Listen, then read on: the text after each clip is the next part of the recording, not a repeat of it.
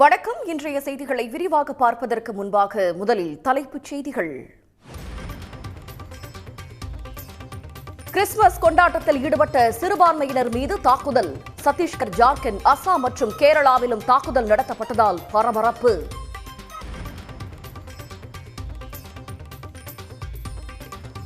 வட மாநிலங்களில் சிறுபான்மையினர் மீது நடத்தப்படும் தாக்குதலுக்கு முதலமைச்சர் மு.க.ஸ்டாலின் கண்டனம். சிறுபான்மையினர் அச்சமின்றி வாழ துணை இருப்பதுதான் பெரும்பான்மையினரின் பலம் எனவும் பதிவு. உத்தரப்பிரதேச மாநிலம் லக்னோவில் தேசிய நினைவிடத்தை திறந்து வைத்தார் பிரதமர் மோடி. வளர்ச்சியடைந்த இந்தியா என்ற கனவு நனவாகும் என பேச்சு.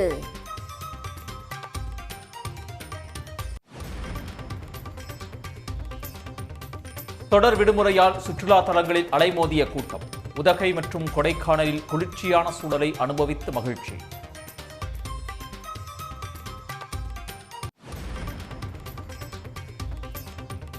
சென்னையை அடுத்த மாமல்லபுரத்தில் குடும்பமாக குவிந்த மக்கள்.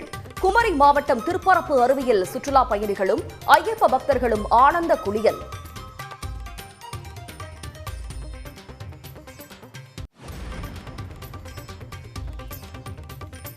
அதிமுகவில் தேர்தல் அறிக்கை தயாரிக்க 10 பேர் கொண்ட குழு அமைப்பு.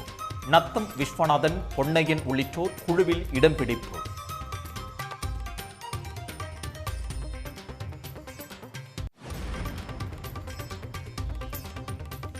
தேமுதிகவுக்கு 6 இடங்கள் என சொன்னது அதிமுகவா பாஜகவா?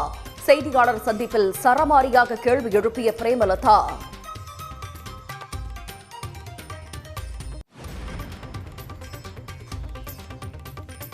தாவேகாவிற்கு கட்சி கட்டமைப்பு கிடையாது என நயினார் நாகேந்திரன் விமர்சனம். 10 வேட்பாளர்களின் பெயரை விஜய் சொல்ல முடியுமா எனவும் கேள்வி.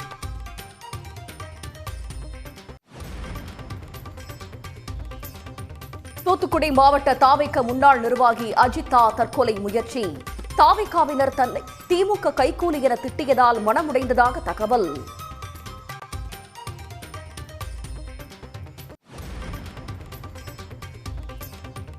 பாமக பொதுக்குழு வரும் 29ஆம் தேதி திட்டமிட்டபடி நடைபெறும் என ஜி.கே. மணி உறுதி.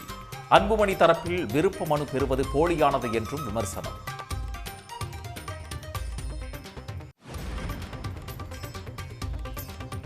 தங்கம் விலை சவரனுக்கு 160 ரூபாய் உயர்ந்து 1,02,560 ரூபாய்க்கு விற்பனை. வெள்ளி விலை கிராமுக்கு 1 ரூபாய் அதிகரித்து 245 ரூபாய்க்கு வர்த்தகம்.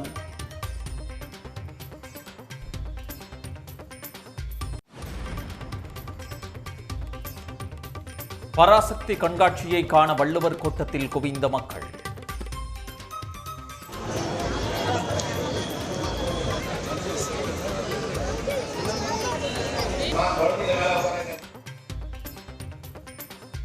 பார்வையாளர்களின் ஆர்வத்தால் மேலும் 3 நாட்களுக்கு நீட்டிப்பு.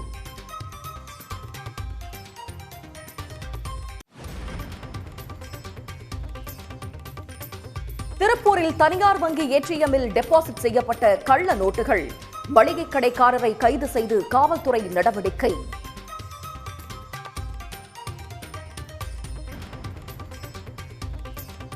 பொங்கல் பண்டிகையை முன்னிட்டு கும்பகோணம் அருகே நாட்டு வெல்லம் தயாரிக்கும் பணி தீவிரம். கூடுதல் கரும்பு மகசூலால் நடப்பாண்டில் கூடுதல் உற்பத்திக்கு வாய்ப்பு என தகவல்.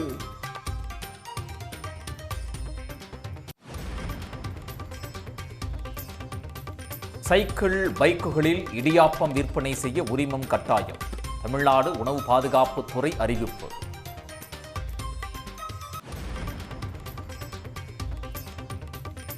மராட்டிய மாநிலம் நவி மும்பை சர்வதேச விமான நிலையத்தில் இருந்து விமான சேவை தொடக்கம். தரையிறங்கிய முதல் விமானத்துக்கு பாரம்பரிய வரவேற்பு.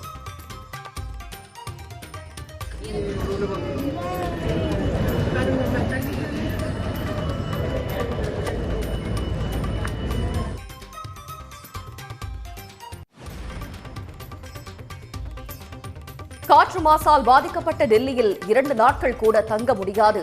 சுவாச கோளாறால் அவதிப்பட்டதாக நிதின் கட்கரி ஒப்புதல் வாக்குமூலம்.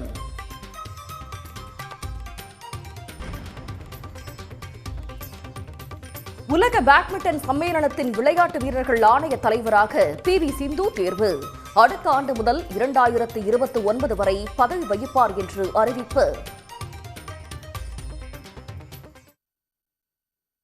வடமாநிலங்களில் கிறிஸ்துமஸ் கொண்டாட்டத்தில் ஈடுபட்டவர்கள் மீது நடத்தப்பட்ட தாக்குதலால் பதற்றம் நிலவுகிறது. நாடு முழுவதும் கிறிஸ்துமஸ் கொண்டாட்டங்கள் களைகட்டிய நிலையில் சத்தீஸ்கர், ஜார்க்கண்ட், அசாம் உள்ளிட்ட வட மாநிலங்களில் இந்துத்துவ அமைப்பினர் திடீரென கிறிஸ்துமஸ் கொண்டாட்டத்தை குறிவைத்து தாக்குதலில் ஈடுபட்டனர். பாஜக ஆளும் சத்தீஸ்கரின் காங்கர் மாவட்டத்தில் மதமாற்றத்தை கண்டித்து இந்து அமைப்புகள் புதன்கிழமை பந்துக்கு அழைப்பு விடுத்திருந்தன. இந்நிலையில் ராய்ப்பூரில் புகழ்பெற்ற மால் ஒன்றில் கிறிஸ்துமஸை ஒட்டி அமைக்கப்பட்டிருந்த அலங்கார வளைவுகள், குடில்கள், கிறிஸ்துமஸ் தாத்தா உருவங்களை வலதுசாரி கும்பல் அடித்து நொறுக்கி சேதப்படுத்தியது. அங்கிருந்தவர்களிடம் எந்த மதத்தைச் சேர்ந்தவர்கள் என கேட்டவாறு முன்னேறிய அந்த கும்பல் தாங்கள் கொண்டு வந்த இரும்பு கம்பி, ஹாக்கி ஸ்டிக் உள்ளிட்டவற்றால் குடில்கள் உள்ளிட்டவற்றை அடித்து சேதப்படுத்தியதால் பரபரப்பு ஏற்பட்டது. கிறிஸ்துமஸ் கொண்டாட்டங்களிலிருந்து இந்துக்கள் விலகி இருக்க வேண்டும் என விஸ்வ இந்து பரிஷத் அமைப்பு அறிக்கை ஒன்றை வெளியிட்டிருந்த நிலையில் இந்த தாக்குதல் நடந்துள்ளது. இது தொடர்பாக மேக்னோட்டோ மால் நிர்வாகம் அளித்த புகாரின் பேரில் போலீசார் முதல் தகவல் அறிக்கை பதிவு செய்து விசாரணை நடத்தி வருகின்றனர். இதேபோன்று ஜார்க்கண்ட், அசாமிலும் சிறுபான்மையினரை குறிவைத்து நடைபெற்ற வன்முறை சம்பவங்களால் பதற்றமான சூழல் நிலவுகிறது. இதேபோன்று கேரள மாநிலம் பாலக்காடு மாவட்டத்தில் கிறிஸ்துமஸ் கொண்டாட்டங்களில் ஈடுபட்ட குழுவினர் மீது சங் பரிவார் அமைப்பினர் தாக்குதல் நடத்தி இருக்கின்றனர். இதற்கு கடும் கண்டனம் தெரிவித்துள்ள கேரள முதல்வர் பினராயி விஜயன் தாக்குதலில் ஈடுபட்டோர் மீது நடவடிக்கை எடுக்கப்படும் என உறுதி தெரிவித்துள்ளார். வடமாநிலங்களில் சிறுபான்மையினர் மீது நடத்தப்படும் தாக்குதலுக்கு முதலமைச்சர் மு.க.ஸ்டாலின் கண்டனம் தெரிவித்துள்ளார். சிறுபான்மையினரின் மீதான தாக்குதல் குறித்து எக்ஸ் தளத்தில் பதிவிட்டுள்ள முதலமைச்சர் மு.க.ஸ்டாலின், பெரும்பான்மை என்ற பெயரில் சில வலதுசாரி வன்முறை கும்பல்கள் தாக்குதல்களிலும் கலவரங்களிலும் ஈடுபடுவது, அதுவும் பிரதமர் மோடி கிறிஸ்துமஸ் விழாவில் பங்கெடுக்கும் போதே ஈடுபடுவது நாட்டு மக்களுக்கு தவறான செய்தியையே கொண்டு சேர்க்கும் என்று குறிப்பிட்டுள்ளார். மணிப்பூர் கலவரங்களை தொடர்ந்து இப்போது ஜபல்பூர், ராய்ப்பூர் மற்றும் பிற இடங்களிலும் சிறுபான்மையினர் மீது தாக்குதல் என்பதை நல்லிணக்கத்தை விரும்பும் நாட்டு மக்கள் எவராலும் ஏற்றுக்கொள்ள முடியாது என்று கூறியுள்ள முதல்வர், ஒன்றிய பாஜக அரசு பொறுப்பேற்ற பிறகு சிறுபான்மையினருக்கு எதிரான வெறுப்பு பேச்சுகள் 74% அதிகரித்திருப்பதாக சொல்லப்படும் புள்ளி விவரங்கள் எதிர்காலம் எதிர்நோக்கியுள்ள ஆபத்துகளை உணர்த்துகிறது என்று தெரிவித்துள்ளார்.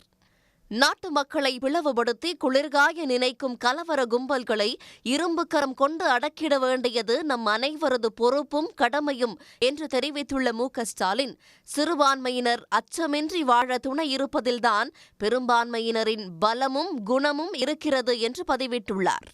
சிறுபான்மையினர் மீதான தாக்குதலுக்கு கண்டனம் தெரிவித்துள்ள மதிமுக பொதுச் செயலாளர் வைகோ, சம்பவம் நடைபெற்ற மாநிலங்களின் வன்முறையாளர்களை அரசுகள் இரும்பு கரம் கொண்டு ஒடுக்க வேண்டும் என்று கேட்டுக் கொண்டுள்ளார். கிறிஸ்துமஸ் விடுமுறையை ஒட்டி தமிழ்நாடு முழுவதும் உள்ள பல்வேறு சுற்றுலா தலங்களில் மக்கள் கூட்டம் அலைமோதியது. நீலகிரியில் கடும் குளிர் நிலவுவதால் அதனை ரசிப்பதற்காக ஏராளமான சுற்றுலா பயணிகள் வருகை தருகின்றனர். இந்த நிலையில் கிறிஸ்துமஸ் மற்றும் தொடர் விடுமுறையை ஒட்டி சுற்றுலா பயணிகள் அதிக அளவில் வருகை தந்ததால் நாடுகாணி சோதனை சாவடியில் 2 கிலோமீட்டர் தூரத்திற்கு வாகனங்கள் அணிவகுத்து நின்றன.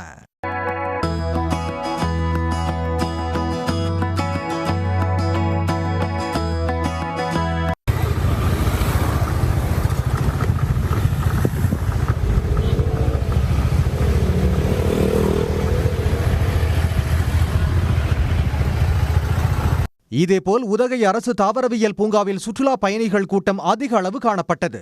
ஹாலிடேங்களுக்கு வந்தேன். இங்கே கிளைமேட் ரொம்ப சூப்பராகவே இருக்குது.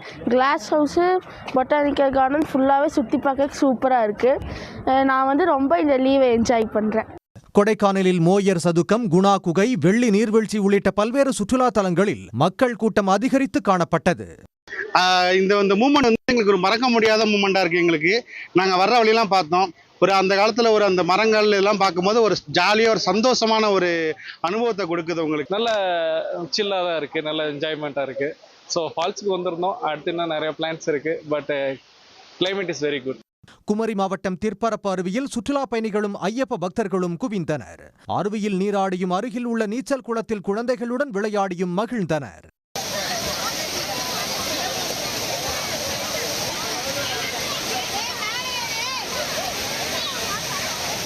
ஏராளமான சுற்றுலா பயணிகளின் வருகையால் திருப்பரப்பு திருவட்டாறு சாலையில் போக்குவரத்து நெரிசல் ஏற்பட்டது.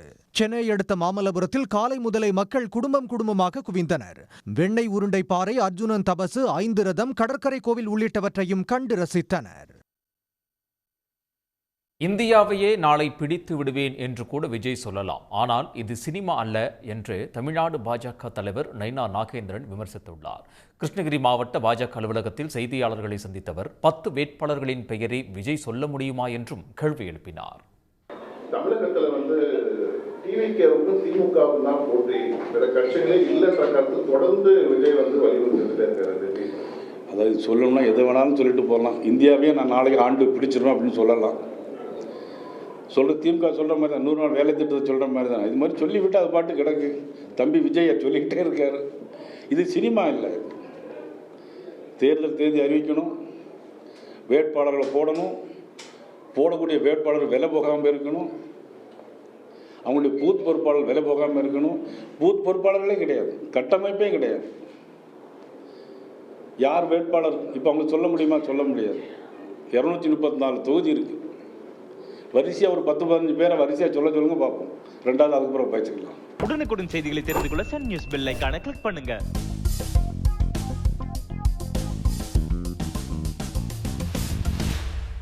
தங்கம் விலை உச்சத்தை தொட்டுள்ள நிலையில் அதற்கு ஈடாக வெள்ளி விலையும் உயர்ந்து வருவதால் மக்கள் அதிர்ச்சி அடைந்துள்ளனர். தங்கம் விலை சவரனுக்கு 1 லட்சத்தை தாண்டி விற்பனையாகி நடுத்தர ஏழை எளிய மக்களின் எட்டாக்கணியாக உயர்ந்து நிற்கிறது. தங்கத்திற்கு போட்டியாக வெள்ளி விலையும் நாள்தோறும் உயர்ந்து புதிய உச்சத்தை எட்டியுள்ளது. நடப்பாண்டு ஜனவரி 1ஆம் தேதி சில்வர் 1 கிராம் 98 ரூபாய்க்கு விற்பனையானது. அதன் பிறகு படிப்படியாக விலை உயர்ந்து 147 ரூபாய் அதிகரித்து கிராம் வெள்ளி 245 ரூபாயாக வெள்ளி வரலாற்றில் உச்ச விலைக்கு விற்பனை செய்யப்படுகிறது. டிசம்பரில் மட்டும் கிராமுக்கு 49 ரூபாய் விலை உயர்ந்துள்ளது. இந்தியாவில் கடந்த சில ஆண்டுகளாக சில்வர் உற்பத்தி மற்றும் இறக்குமதி குறைந்து அதன் பயன்பாடு அதிகரித்து வருவதும் விலை உயர்வுக்கு காரணமாக கூறப்படுகிறது. மேலும் சோலார், சிப், மின்சார வாகனங்கள் உற்பத்தி போன்றவற்றுக்கு வெள்ளி அதிக அளவில் பயன்படுத்தப்பட்டு வருகிறது. இது மட்டுமின்றி சீனா, அமெரிக்கா இடையேயான வர்த்தக மோதலும் வெள்ளி உயர்வுக்கு காரணமாக பொருளாதார நிபுணர்கள் கூறுகின்றனர். ஆனால் வெள்ளி இன்னும் ஃபாஸ்ட்டாக விடும், கோல்டு இன்னும் கம்மியாகும். ஏன்னா வெள்ளிக்கு நிறைய யூஸ் இருக்குது. சோலார், ஈவி அது மாதிரிலாம். அந்த இடத்துல அவங்க நிறுத்திட்டாங்கன்னா டிமாண்டு போயிடும், குறையும். இது பேசிக்காக சைனாவுக்கும் அமெரிக்காவும் நடக்கிற ட்ரேட் யுத்தம். சைனா அவங்க ஊர்லேருந்து எக்ஸ்போர்ட் பேன் பண்ணிட்டாங்க. ஸோ மற்ற இடத்துல இது ப்ரொடக்ஷன் ஏறுற வரைக்கும் வெள்ளிக்கு இந்த ஷார்ட் சப்ளை இருக்கும். மின்சார வாகன உற்பத்தி துறையில் வெள்ளி பயன்பாடு அதிகரித்து வந்தாலும் அமெரிக்க டாலருக்கு நிகரான மதிப்பு சரிவு காரணமாகவும் வெள்ளி விலை உயர்ந்து வருவதாகவும் வரும் நாட்களில் மேலும் உயர்வை சந்திக்கும் என்றும் பொருளாதார நிபுணர்கள் தெரிவிக்கின்றனர். ஸோ சில்வர் பிரைஸ் கூடுறதுக்கும் மெயின் ரீசன் டாலர் வீழ்ச்சி தான். அந்த டாலர் வீழ்ச்சினால தான் தங்கம் பிரைஸ் கூடுது, தங்கம் பிரைஸ் கூடுறதுனால தான் சில்வர் பிரைஸும் கூடுது. ஸோ இந்த ட்ரெண்ட் நெக்ஸ்ட் 3-4-5 இயர்ஸ் ரொம்ப ஆக்சிலரேட் ஆக போகுது. அண்ட் இதுக்கு மெயின் ரீசன் அகைன் டாலர் வீழ்ச்சி, இண்டஸ்ட்ரியல் யூஸ் ஒரு எக்ஸ்ட்ரா காம்பனன்ட். அவ்வளவுதான். வெள்ளி விலை உயர்வு சில காலம் நீடிக்கும் என்பதால் பல்வேறு தரப்பினரும் அதில் முதலீடு செய்ய ஆர்வம் காட்ட தொடங்கியுள்ளனர். ஆனால் வெள்ளியில் முதலீடு செய்வது ஆபத்தானது என்றும் இதனால் பெரிய அளவில் பலனை எதிர்பார்க்க முடியாது என்றும் பொருளாதார நிபுணர்கள் கூற்றாக இருக்கிறது. சேலத்தில் வருகின்ற 29ஆம் தேதி பாட்டாளி மக்கள் கட்சியின் செயற்குழு மற்றும் பொதுக்குழு திட்டமிட்டவாறு நடைபெறும் என தெரிவித்துள்ள ஜி.கே. மணி, கூட்டணி பற்றி அக்கூட்டத்தில் ராமதாஸ் அறிவிக்க வாய்ப்பிருப்பதாக கூறியிருக்கிறார். இன்னும் வேகமாகவும் வலிமையாகவும் திட்டமிட்ட மாதிரி இந்த செயற்குழுவும் பொதுக்குழுவும் சேலத்தில் நடக்கும். மருத்துவரையா அவர்கள் மிக முக்கியமான அறிவிப்பை, கூட்டணி குறித்த அறிவிப்புகள் எல்லாம் வெளியிடுவார்கள்னு நாங்கள் எதிர்பார்க்கணும். எச்சரிக்கையோடும் தெரிவித்துக் கொள்கிறேன், மருத்துவரையாவை இனி கொச்சைப்படுத்தாதீங்க, அவமானப்படுத்தாதீங்க. அப்படி செய்ய அவர் வேதனைப்படுவது மட்டுமல்ல, கண்கலங்கிறாரு, அதோட இன்னும் வேகமாறாரு. நீங்கள் பேச இதெல்லாம் செய்யதான் மருத்துவருடைய வலிமை மக்கள் மத்தியில் அதிகரிச்சுட்டே இருக்குது ஒவ்வொரு நாளும். சென்னையில் தாவேக தலைவர் விஜயின் காரை மறித்து பதவி வழங்க கோரிய பெண்ணால் பரபரப்பு ஏற்பட்ட நிலையில் மதுரையில் அக்கட்சியினரின் உட்கட்சி பூசல் உச்சக்கட்டத்தை எட்டியுள்ளது. நடிகர் விஜய் தொடங்கிய தமிழக வெற்றிக் கழகம் கட்சியில் பதவி வழங்குவதற்கு பணம் கேட்கப்படுவதாக அவ்வப்போது அக்கட்சியினர் மத்தியில் புகார்கள் எழுந்து வருகின்றன. இதனிடையே சென்னை பனையூரில் தாவேக தலைமை அலுவலகத்தை முற்றுகையிட்டும் விஜய் காரை மறித்தும் தனக்கு தூத்துக்குடி மாவட்ட செயலாளர் பதவி வழங்க வேண்டும் என கேட்ட பெண்ணால் பரபரப்பு ஏற்பட்டது.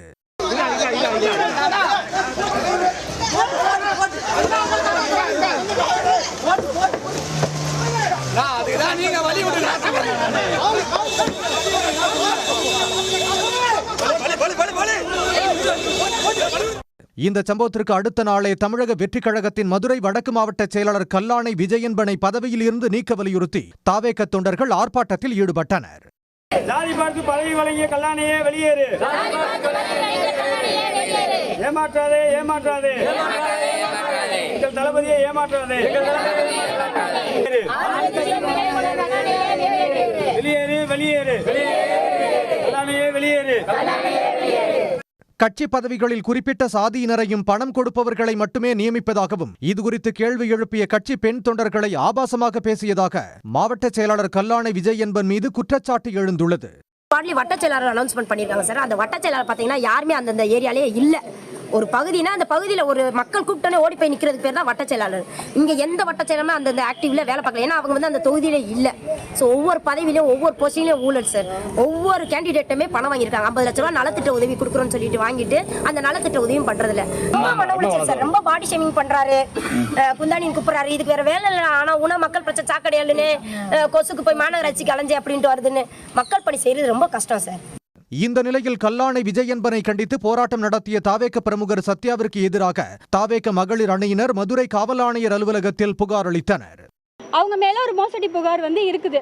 இங்கே கட்சியில் கட்சியாக மக்கள் இயக்கத்திலேருந்து கட்சியாக மாறின பிறகு யாரெல்லாம் கட்சிக்காக உழைத்தாங்களோ அவங்களோட டிக்னிட்டி அவங்களோட எல்லாமே பார்ப்பாங்க இல்லைங்களா. நீங்கள் சரியான நபராக இருக்கணும் இல்லைங்களா.